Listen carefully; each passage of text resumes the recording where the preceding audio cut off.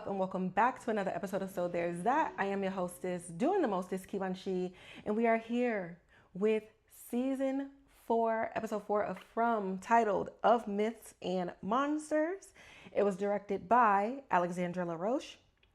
It was written by John Griffin and Kristen Layde, and the cinematographer was Arvidson. So we just jumping right into it. We got to keep this momentum going, okay? The monsters aren't giving them a break. I'm not giving you a break. We dive in right on in. But before we get in there, so far, we've been kind of going like chronologically with the things. But if you are new here, sometimes depending on how a story goes or how it plays out, I will then group those events of those characters in that scene together. That way, I'm not hopping all over the place as you watch or you listen, because it's a lot different than actually watching the episode. So this one is kind of broken out based on certain things happening, even though it was a lot of back and forth in the episode. So those of you who've been rocking with me, you already know. And for recaps and analysis and stuff like that, depending on how the episode goes, it just makes more sense to do that, because then you can have a conversation in a specific segment instead of trying to like, you said this at the 30-second mark, but then you said it again at the 24-minute mark, stuff like that. So just quick disclaimer for all y'all out there. Okay, so we have the yellow suit out and we are congregating and we are having a meeting about it. So the people at this meeting are Boyd, Donna, Jade, Ellis, Tabitha, and Henry. And Ellis, he was getting dogged. So he caught a stray last week on Twitter, and it just went downhill. Like, so many people have been like, he's a terrible husband, he's a terrible son. What does he even do? But listen, Ellis must have been hearing us talk about him and his spidey sense was out, because he asked the most correct question of this entire episode. And he said, so we have a suit, but not a body. So where's the person who was wearing this? And Boyd's like, well, you know, hopefully he's long gone, maybe. And I and Jade are like, I know you're trying to rationale your way out of this, but Boyd, please, let's not be naive. Are you kidding me? This was like the one time where I think I could have slapped Boyd. I'm not even finna hold y'all. Like, what are we talking about? You think it just left? The same way we thought Smiley was dead and he came back? Let's not do this. Let's not. So, Jade ain't buying it. Everybody else just kind of looking around like, okay, Boyd, whatever you say. But Henry ends up going back to the boy in white. So clearly this is a conversation where Tabitha and everybody has kind of talked about, okay, what's been going on these past 3 episodes that they haven't been privy to up until this point. And Henry ends up mentioning it and was like, the boy in white said that they're running out of time. But the way Tabitha looked at him makes me think that she didn't know that Henry also saw the boy in white and heard this message.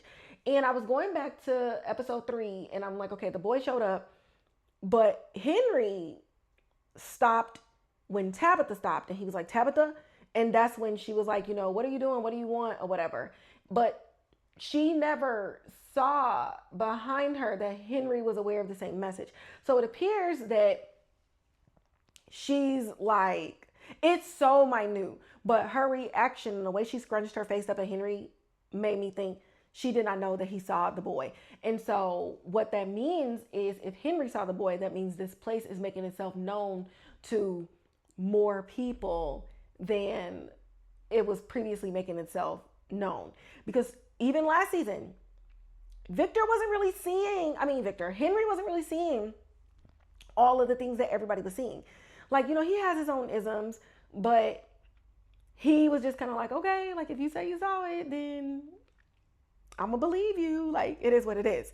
So what does this mean in the grand scheme of things?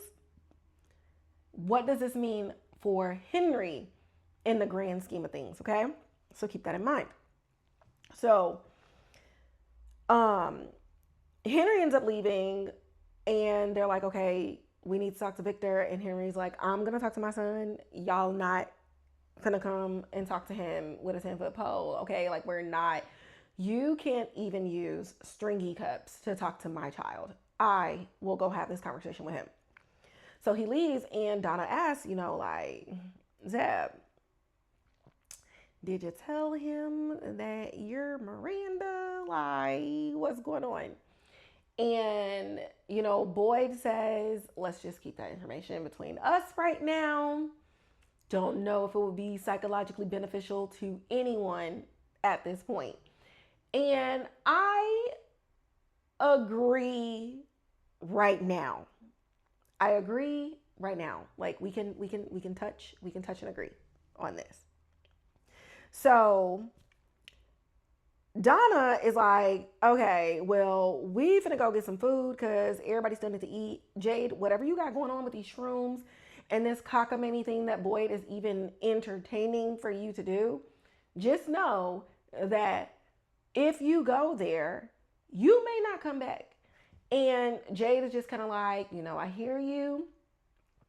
But at this point, we have to try the outrageous, the outlandish, and the impossible in order to compete in an impossible place.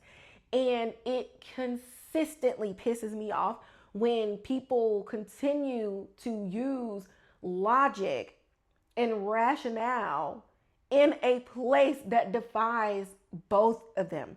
Like, we ain't really been seeing Donna, but now that we're kind of getting Donna back into the fold, it's just like, girl, how long can we live in La La Land? How long can we continue to do this? And it's just bothering me. But you know what? I just in this moment realized Donna ain't really been haunted by a single thing.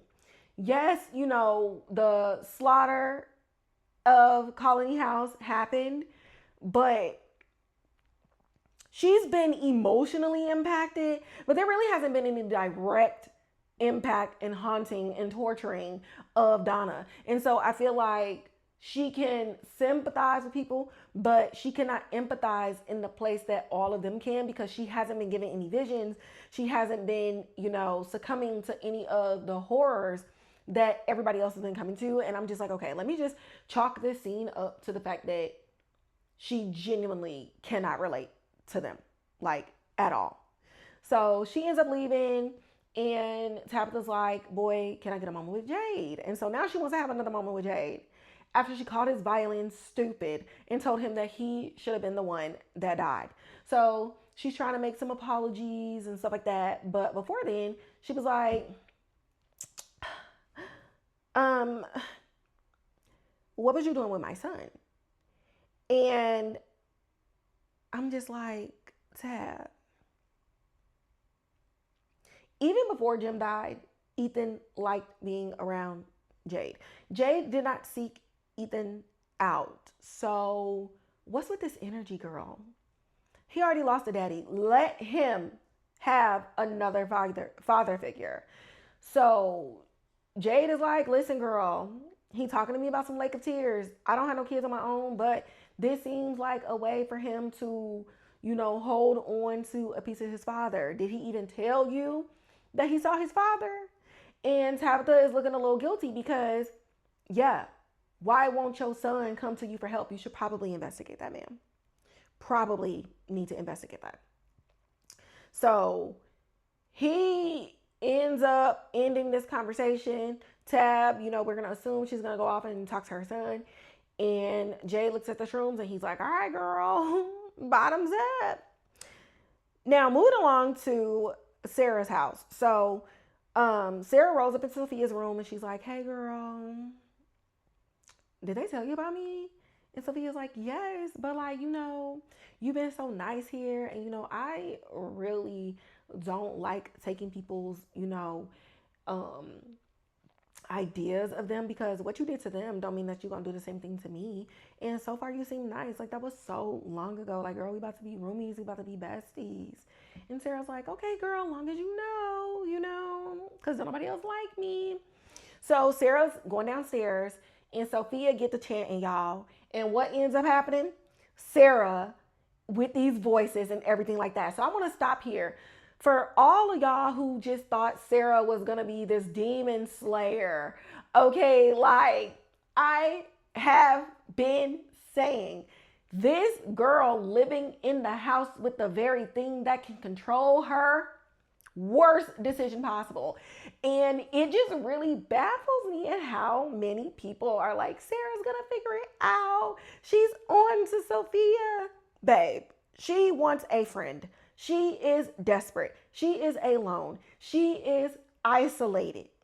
Okay? And so this puts her in a very, very dangerous position. Like, it's so blatantly obvious. So, Sarah, girl, you in danger, girl. You was in danger. And Sophia is about to play you like a fiddle. She is a marionette and you are the puppet, girl. And this just makes me so excited to see Sarah kind of come back to the forefront, because after all her stuff that was going on in season 1, it's kind of been really like, woe is me and nobody likes me and I really wish that they could understand that I was being used and I was manipulated. And honestly, like, get into your bag. Just be like, okay, they hate me anyway, so I'm gonna just do whatever it is I need to do. And she did a little bit of that when she took out Elgin's eye, but she still reeks of desperation. And it's not any fault of her own. Like, I am on Sarah's side. Like, I do not like how everybody is treating her. Especially, okay, I'm not gonna say especially Kenny, because I mean, like, yeah, she did cause his daddy to die. But it's just like,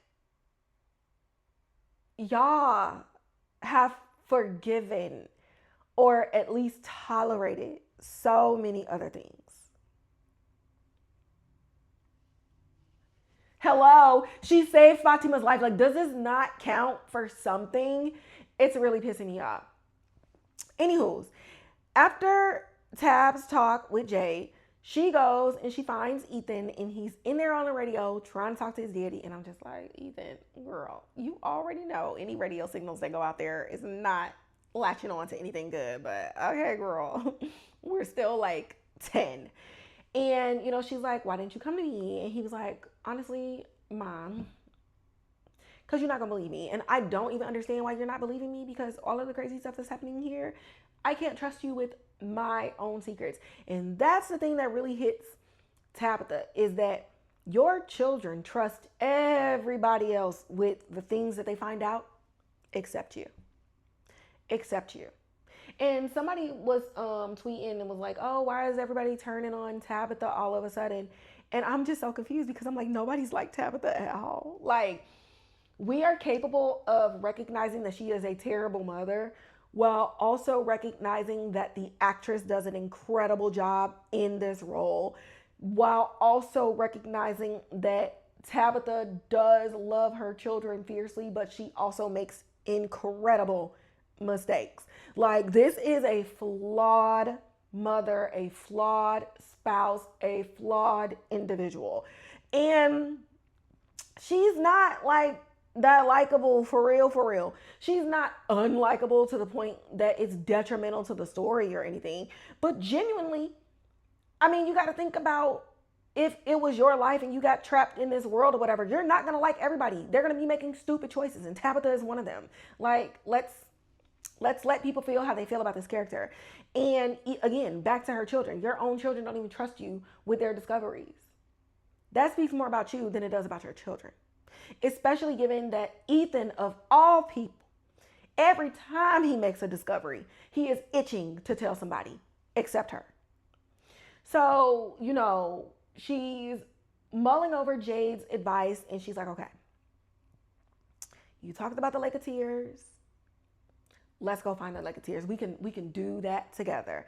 Donna and them are going out to get some food. We can go out there and we can figure this out, whatever it is. And so it's like, okay, cool. This is a step in the right direction, because yes, if you do not go with him, he's going to go figure it out on his own. And then you're going to lose a child along with a husband. So it's like, okay, we're finally being a present mother. So, after all of this, we end up going to Julie and Randall. So they got the books, and Randall ends up coming up on this story called like Story Walker Fred or whatever. And they're talking about how he was like a postman, and he would go into all of these different places and explore things when Tabitha comes out because she's looking for Julie. And they're like, throw all of this shit to the bag. We need to look like we're not doing anything, which, come on, y'all. What else could you be doing? So she gets on there and Tab's like, should I be concerned about whatever is going on here? And both of them like, ew, no, absolutely not. It's not even like that. And we're going to park it right here. For all of y'all who continuously try to ship characters that is a minor, Julie is a minor, with Randall, who is an adult, end it here. I don't want to see any more comments that's talking about, well, I don't care, I'm going to ship them anyway. Because honestly, I will name you the thing that is named when you keep doing that. It is annoying. You're not funny. It's not funny. Let's stay within the realities of the show. Julie is 15, 16. Randall is clearly in his 20s. It is not that. And I am so happy that they addressed this so quickly, but overtly shut it down.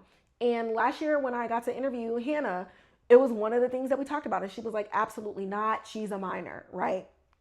So I'm definitely excited that they brought this up and shut it down immediately. Let's dead it. It's not funny. It's not cute. Like, if nobody in your life ever told you like you're annoying and that is annoying and the things that you do is annoying, this is me telling you it's annoying. Stop it. You're annoying. So anywho's, Tabitha pulls Randall to the side and she was just like, my daughter trusts you. And it might be the things that she needs, but I want you to know, if anything happens to my daughter and you break that trust, I will hang you from the hotel, motel, Holiday Inn sign. Capiche? And so he understands.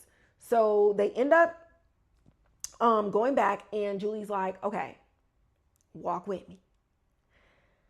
What if the things that was happening in the real world, what did she say? No, what if the things here in story walking was invented here and it ended up seeping out into the real world? And I said, keep going.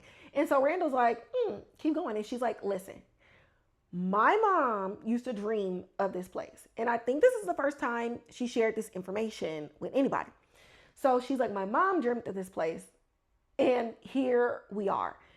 And she's like, it's so impossible and it feels like a story that is made up. So what if this is the story and we're trapped within it, but the ideas and things are seeping out into the real world, and so some other child or some other adult is dreaming about this place, but they've literally walked in here in their dreams or in some way, shape, or form. And I'm just like, okay. Julie, out of everybody that has kind of discovered a interesting connection to this place that could potentially get them out, Jade and Julie are like the main two right now that are like, okay, let's dig into these superpowers or whatever that we have and figure out what's going on. So she sends Randall off to get some supplies after they were talking about like bookmarking and everything like that. And then he ends up coming back and she's cutting her hair. And now we see the moment between season 3, episode 8, season 4, episode 1, where Julie has now cut her hair. So we're like, okay, this is the moment where she began going back, which then suggests that there, how do I put it? Because it's not a lot of time. They really haven't been there that long. But it suggests already that whatever it is that she's discovering and that we're watching her discover, she's already figured it out. And now us as the audience, we're just trying to figure out what was the magic trick that helped her go to where she needed to go when she found Jim at the beginning of the season. So she's creating this symbol on a paper, and it's just some random symbol. And she goes and she tells Randall, like, okay, listen, I'm going to go in there, I'm going to drop this little paper, and I'm going to come back. Pull me out after 5 seconds. Like, that's all I need. So she goes in there, and she's in a different part. She's in the middle of the street. So she's drawing on her symbol, and who's right behind her over her shoulder? The man in the yellow suit eating somebody in the middle of the street. He look up and he like, the hell? And I'm over here screaming, bitch, write this note and leave, girl. Like, what are we doing? And she is just stunned. But Randall counts to 5, babes, and not Mississippi's. And he pulls her out. And she checks her pocket, and the symbol didn't appear on the paper that's in her pocket. But in that era, okay, y'all remember in the first episode when the man in yellow goes, when are you from this time? So then when she pops up in this one, I couldn't tell from his expression if this was the first time in his memory seeing her, or if he currently is getting pissed that she's figuring something out. Like, he looked like he was ready to murder her at this point in time. And it's like he knows she's not supposed to be here. But at what point in his memory is he looking at her? Because when we first met them, he already saw her multiple times. So it's like, is her coming back to seeing him, knowing that he's in these drawings? Is he now worried that she will share this information and connect the suit with who he actually is? So yeah, I'm definitely curious as to what that look was, and how many times at that point in this episode has he met and seen Julie. So we're with Victor, and Victor is counting these trees. He's telling his dad, like, everything is changing too fast. We done went through all 4 seasons in the span of 6 days. Everybody out here is dying. The crops done died up. So we got to go to this one place just to get some things. And Henry's like, okay, show me how you do it, and we're going to do it. And again, I love Henry so much. He doesn't doubt anything that Victor says. And even if in his mind, he knows that maybe what Victor is feeling or seeing or thinking has an alternative perspective, he allows Victor to talk through those things and work through those things until they can come to a conclusion where Henry and Victor are mentally on the same level, so that Victor is not going to spiral when he says what he needs to say. And I love that. And so it makes me wonder if, well, I don't think so. I don't know. Henry handles Victor as if Victor was autistic his entire life. But it based on what we know that this place and the horrors that he saw is the reason he's like this. And he went years without even talking to anybody. So he's fundamentally like not as developed as he could be as an adult man. But the way Victor handles this, it's like, yeah, him and his wife was dropping acid and everything. But damn, he kind of a really responsible parent. Like, he knows what to do instinctively. And I think that's why I really love this character. He was so worried about doing the wrong thing and saying the wrong thing and not being enough, but he's more than enough. His level of patience and understanding of what Victor needs in the moment, even when Victor is spiraling, is just incredible. Like, again, love them together so much. So Victor's like, okay, well, if you gonna come, I gotta show you something. Now, the last time Victor was like, all right, then, if you gonna come, Henry was in the fucking games. And he was trying to get the fuck out. So all I'm thinking is, Henry, there's nothing good on this side because Victor is protecting you from something. So, Victor goes back to his trailer. He digs out all of the drawings and he hands his dad the drawing of the man in the yellow suit. Okay, so obviously it's connecting that Henry knows that Victor saw the man in the yellow suit. Okay, not just his wife's drawing, but Victor's drawings too. And Victor says, he came in a car like the rest of us. We brought him in and made him our friend. So this lets you know why the man in yellow told the priest I couldn't come to them as I was. Not because the rest of them know, but because Victor knows.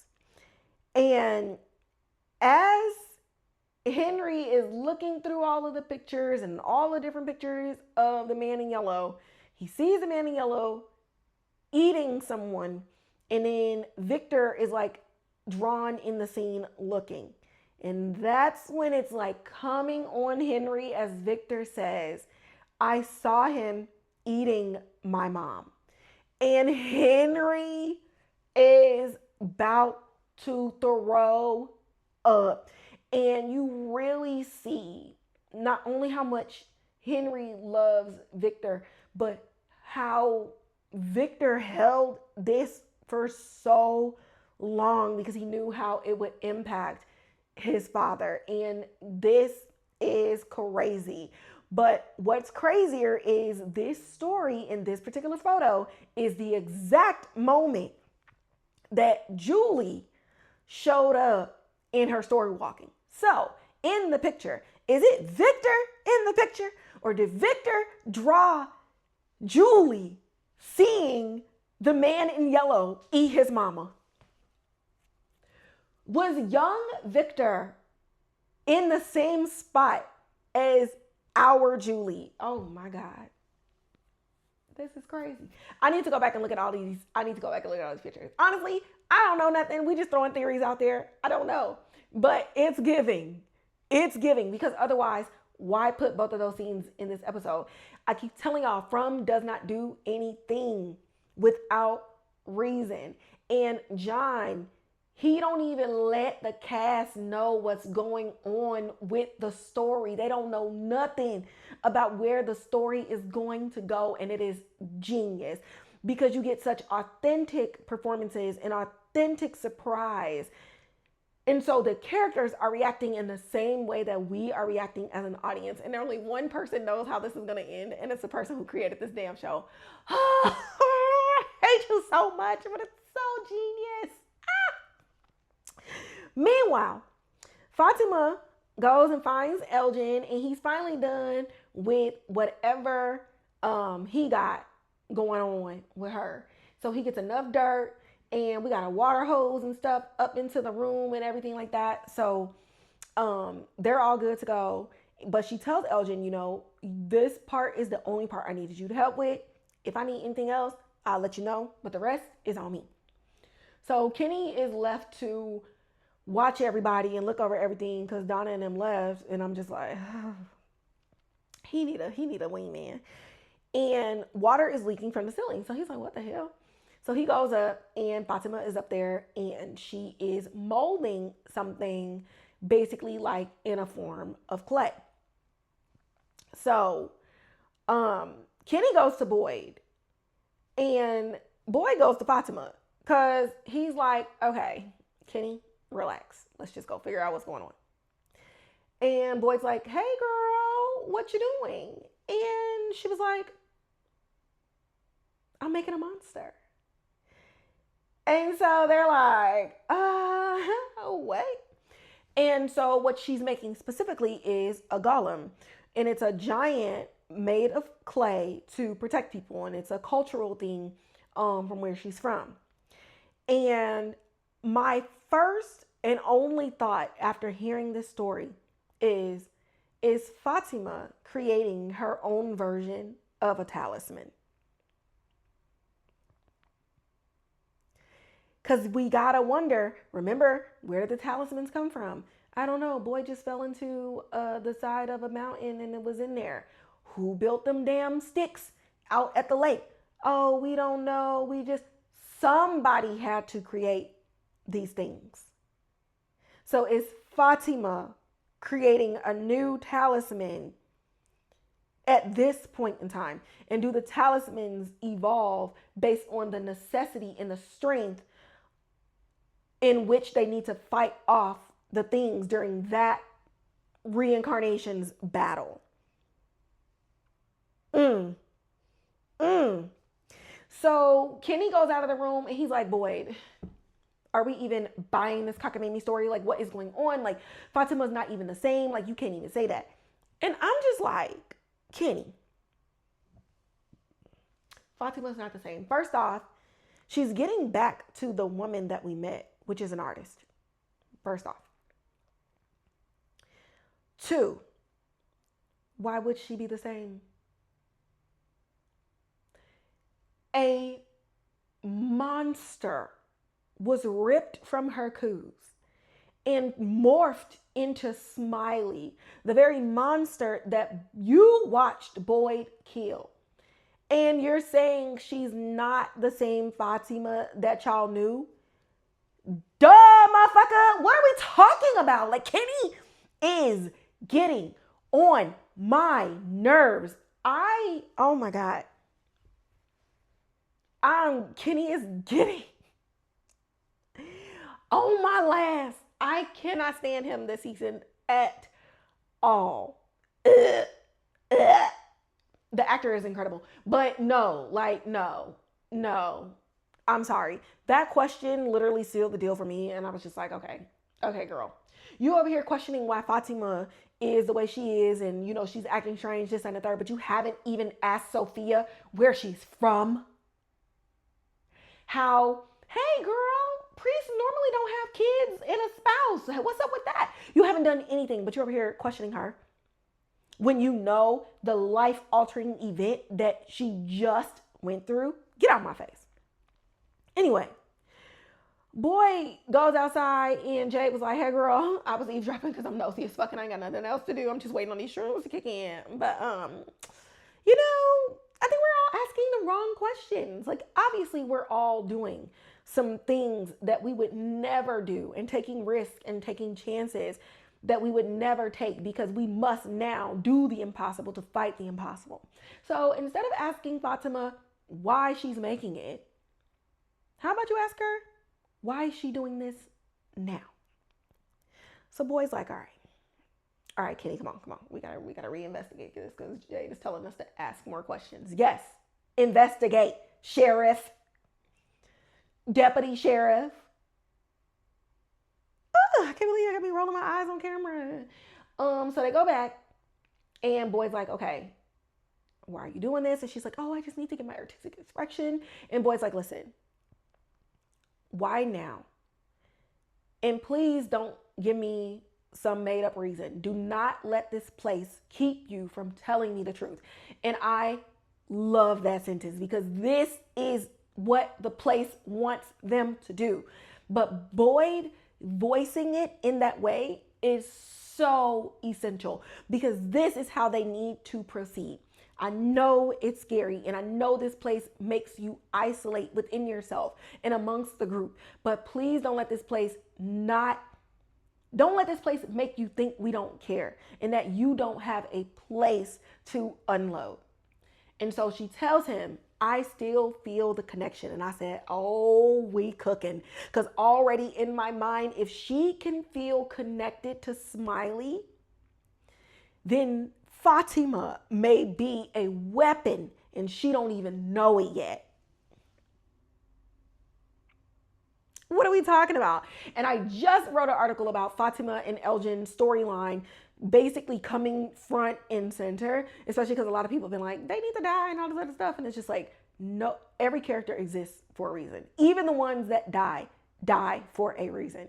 But it's so nice seeing Fatima and Elgin kind of move up in the ranks and for the lens to widen on everything else. We're going beyond Boyd and Donna and Kenny and Sara, and we're really looking at everybody else and who they are in this giant puzzle. So this is something that we can capitalize on if done correctly. So at this point, let her make this golem. Okay, Colony House been getting attacked left and right. So her building it in this place is actually beneficial to the entire house. And I wonder if like the position of where it's being built is important too, because it's in the attic and it's that artistic place that we saw when she first showed Julie in season 1, episode 1. And so it's like, you know how like the talismans only work if they're hanging up. They were all hanging up inside of the mountain. The totems are all like spread out around that cabin or whatever. And so it's like, obviously the positions of the talismans matter in their protective qualities. So does her getting the idea and building it in the attic versus, let's say, the basement of the house, does that matter? So they leave and Kenny's like, okay, I'm gonna make sure that she's undisturbed and, you know, we'll just kind of keep this amongst ourselves until we can figure out like what this takes shape to do or whatever. So Boyd's like, all right, bet, you know, I'm gonna head back. We got some calm, we got some reserve. Let me do what I need to do. When a ring pops up on the stairs and I'm already like, bitch, this is Abby's ring. And of course he picks it up. And we're looking at the inscription, and it's the infinity inscription. And remember at the beginning of this episode, after he had his dream again, he's looking at this ring and he's like, oh, hell no. So he hurries up and goes back to the station and he's looking at everything and he opens the box and the ring is in there. So he's like, what in the... And he looks and the ring that he just had in his possession is no longer there. And what did I say last episode?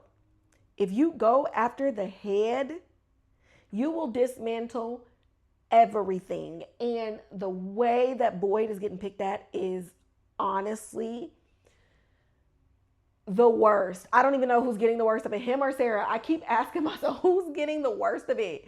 Because she killed her brother, he killed his wife. Like, I don't even know, man. I don't even know. And the way that they're getting haunted too makes me think like Sarah's end game is going to be elevated a lot. So earlier though, speaking of Sara, Elgin had went to the church and, you know, look, it's two criminals congregating together in the house of the Lord. And she's like, hey, Elgin, the kimono lady still be talking to you? I laughed. And he was like, not since she lied. I mean, what's up? And she was like, well, I thought they was leaving me alone, but they're back. And he's like, okay, well, what are they telling you to do? And she was like, it's so weird. They want me to go drink some water and then pour it back in the pitcher. And he was like, okay, it's just water. And she said, okay, to you it's just water, but it can be an infection. It can poison everybody. And they're also saying that if I don't do it, then somebody I care about is going to get hurt. And so, you know, they're at a little bit of an impasse. And Sarah's like, all right, fuck it. It's just water. So she goes to the diner and she's sitting there. She's looking at this pitcher of water. And Bacta comes up and she's like, hey, girl, how is everything? And Sarah's like, oh, you know, shit, just chilling like a motherfucker. And Bacta's like, girl, listen. And it's always a black woman, y'all.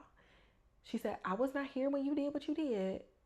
But everything that I've seen right now, I'm like, girl, you deserve friendship. You deserve companionship. You deserve kindness. How about you come and help me with these dishes? And that was the perfect thing. That moment was very much so like you never know what people are going through, and what you say can make or break them at that moment. Because in that moment, Sarah's like, fuck these voices. Absolutely, I'm gonna get my job back. I just want one person to be nice to me. So Sarah's getting ready, throwing her apron again, like old time's sake, when Sophia screams outside. So everybody go outside to the pool, and she was like, oh my God, like I was just standing here and something just pushed me in there. And now she got a broken arm. So Sarah's like, oh my God, I have to do the thing that they said, like, oh my God, it's happening so fast, like, oh my God, oh my God, oh my God.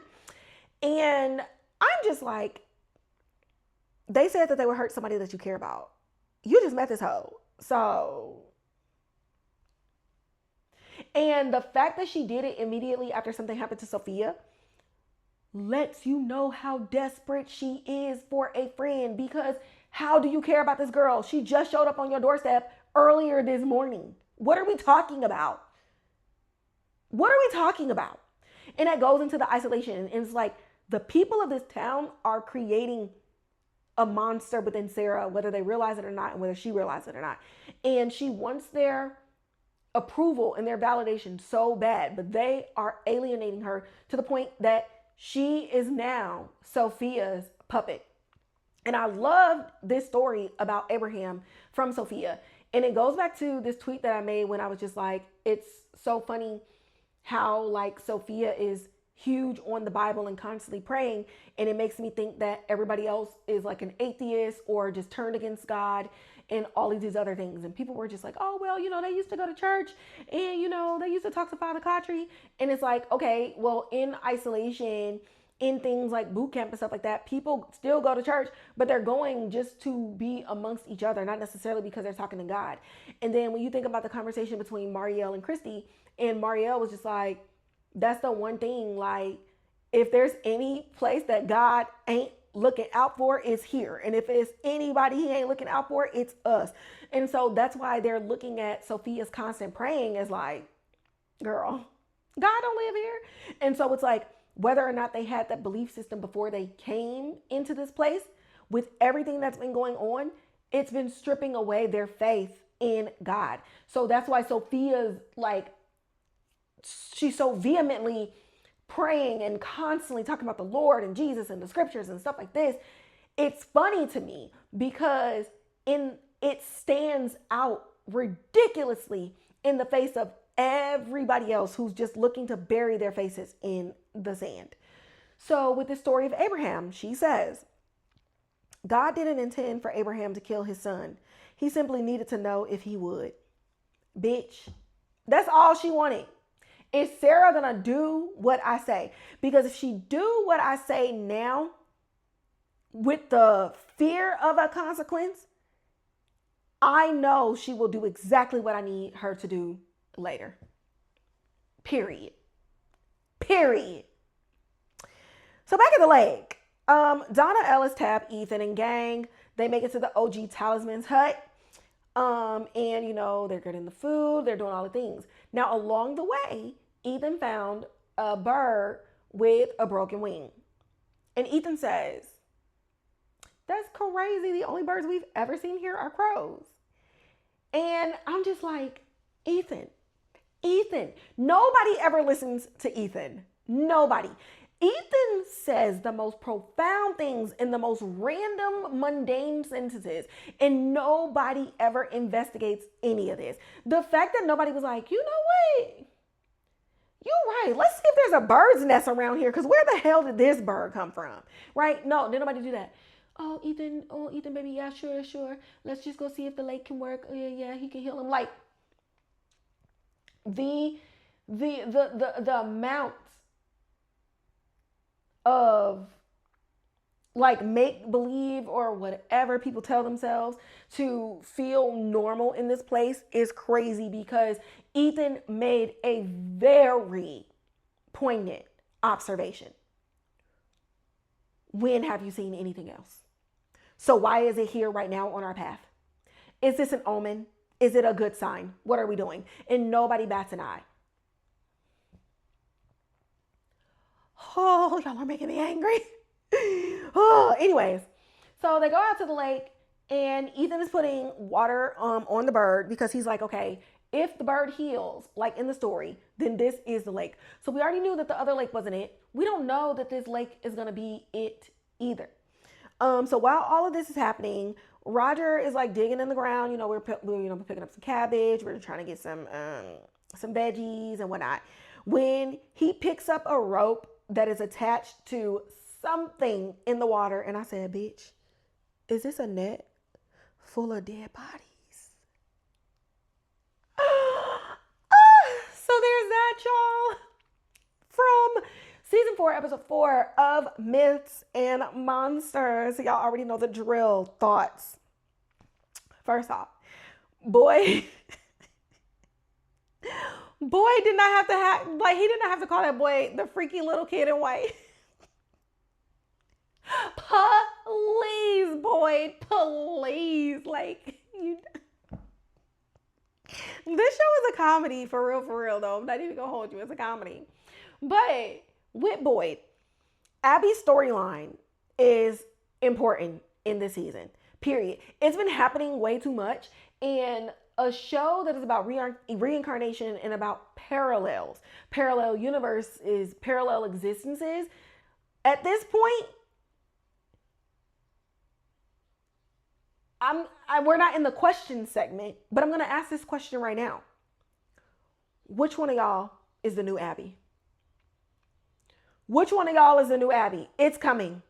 It's coming. Somebody else is about to go down that same path, and somebody else is going to be the new Boyd in the situation and have to take that person out.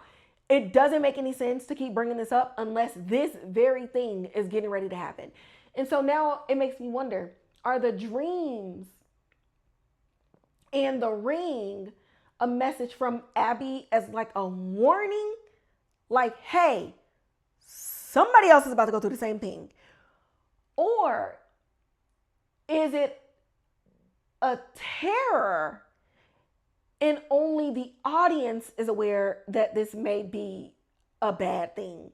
Like, Boyd isn't processing this as a message. It's just a nightmare. And again, we're not investigating the thing. Why are we not investigating the thing? But then again, this place, it keeps things happening so much that it will cause you to look away from the answer or the puzzle piece that is right in front of you. It's like they can walk outside and see a thing, and the next thing you know, somebody's screaming and it's like, ah! And now you done put that thing in the back of your mind. And I feel like that's what makes me think these dreams is Abby. And the ring is Abby. Because Boyd keeps getting distracted by everybody else's problem. And then this thing with Abby keeps getting thrown at him. And it's like forcing him to go back to it. And so I'm definitely wondering if this is Abby trying to talk to Boyd and tell him, you need to fucking focus. You need to concentrate. My other thought, listen, Julia Doyle is in beast mode as a villain. As Sophia, she's killing it. I'm honestly looking forward to her destroying every single one of them. Like, I want the villain to win. Like, I don't know what to tell y'all. Sorry to y'all, but she's killing it, babes. She's killing it. Now, I already talked a little bit about this earlier, but Kenny's being so unreasonable, it's unfathomable. And he's doing all of this with everybody. Like, he's not questioning the people he needs to be questioning.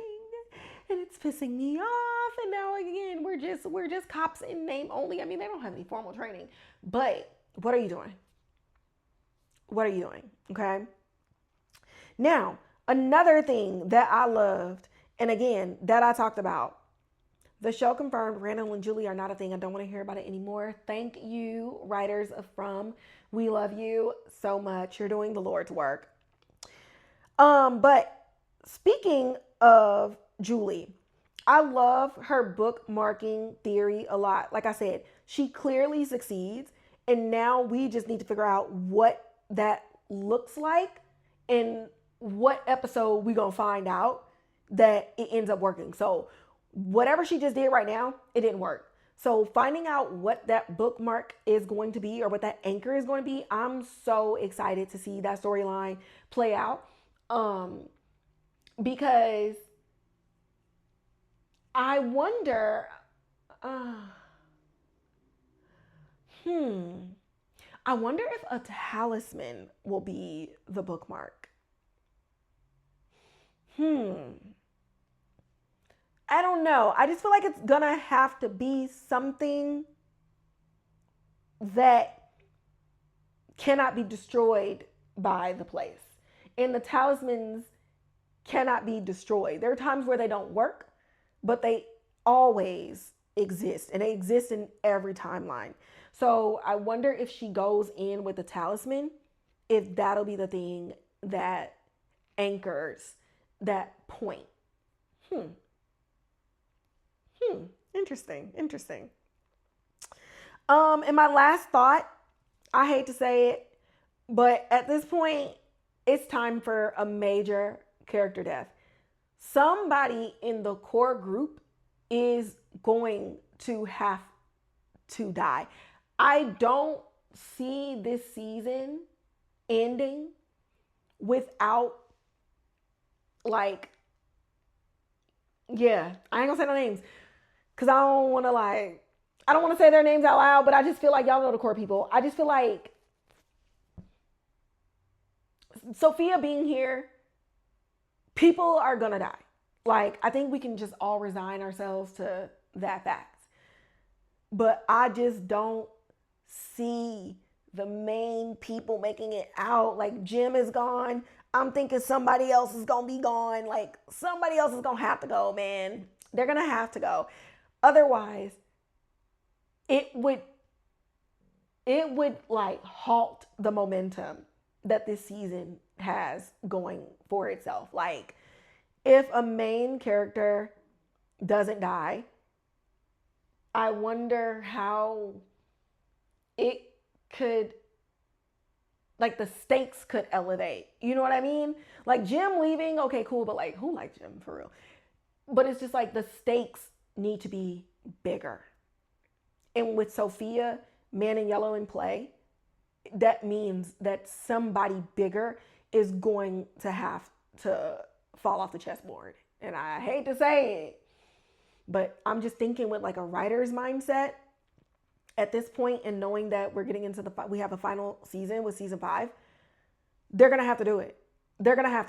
Like, I'm sorry. So this leads us to the question. So again, I already asked my one question about Abby are the rings and the dreams her trying to get Boyd to focus on what he needs to focus on in order to figure the things out. Okay. Which led me to my other question. Who is the next Abby? And I feel like those dreams are a signal that says somebody else is about to go through this.